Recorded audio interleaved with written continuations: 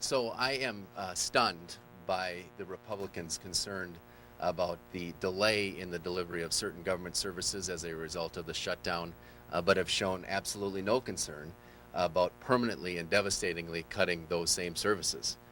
Majority Leader Dean argued today that hospital payments should continue uninterrupted past shutdown, but in his budget, he is willing to cut 140,000 people off of health care and cut hospitals by close to $1 billion. That is what I consider breathtaking.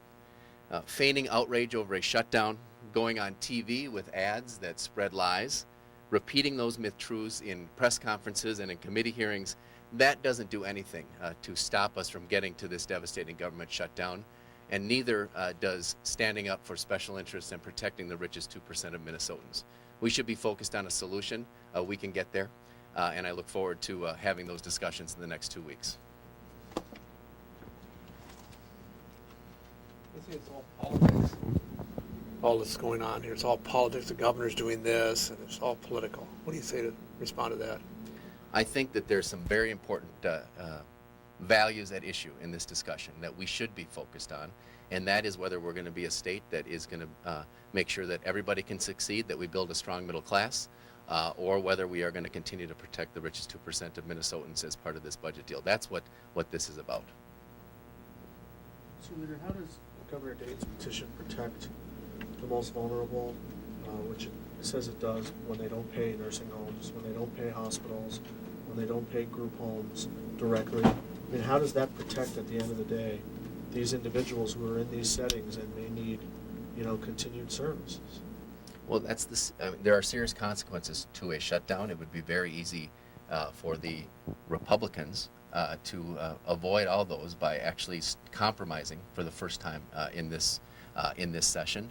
The bottom line: the governor submitted what he thinks the law says to the court, and it's going to be up to the court to decide those issues. Do you think that those organizations or units should be funded?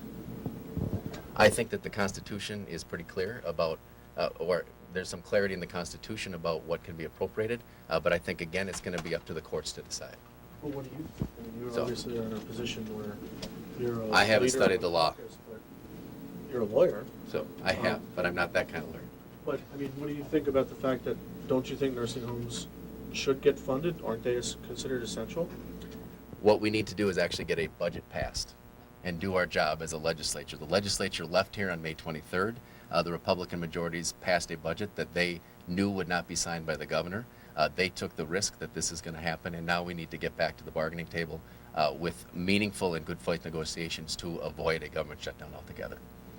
You didn't seem to answer my question on whether you think that they're essential and should be funded on July 1.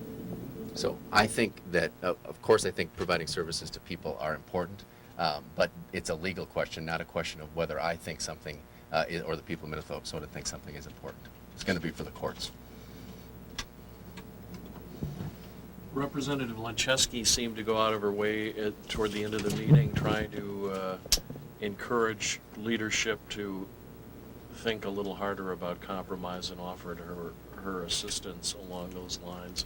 Is that something more formally that the Minority Caucus is offering, or was it her strictly working on her own? Oh, I think we want to be productive parts of this, but we have been working and standing with Governor Dayton. We think that the budget that he's proposed is the right budget for Minnesota because it avoids squeezing the middle class Minnesotans. It avoids the deep cuts to higher education, to hospitals, the things we just talked about, increased property taxes, and it does it in a way that makes sure that everybody participates. We want to be as productive as possible. We have not seen the same reciprocation from the Republican majority. I just want to touch just one more time on this notion that the Republican budget actually increases spending by 6%. That has been clearly and definitively disproven by nonpartisan research. 34 billion minus 34 billion is still zero. The Republicans haven't moved, and we spent 34 billion this biennium. They're proposing 34 billion next biennium, and it's disappointing and I think non-productive to be telling Minnesotans something about the state budget, especially as we're getting close to these last 2 weeks. That is simply not the case. In the governor's court petition, he requested a mediator again. You think that's a good idea? Do you agree with that? And do you think a judge will go with that? I honestly don't know what a judge is going to go with. I think Governor Dayton is looking for every possible way to find our way out of this budget impasse that we're facing. The easiest answer, again, is for the Republicans to compromise the same way the governor has compromised. Maybe a mediator can move us in that direction. All right, thank you.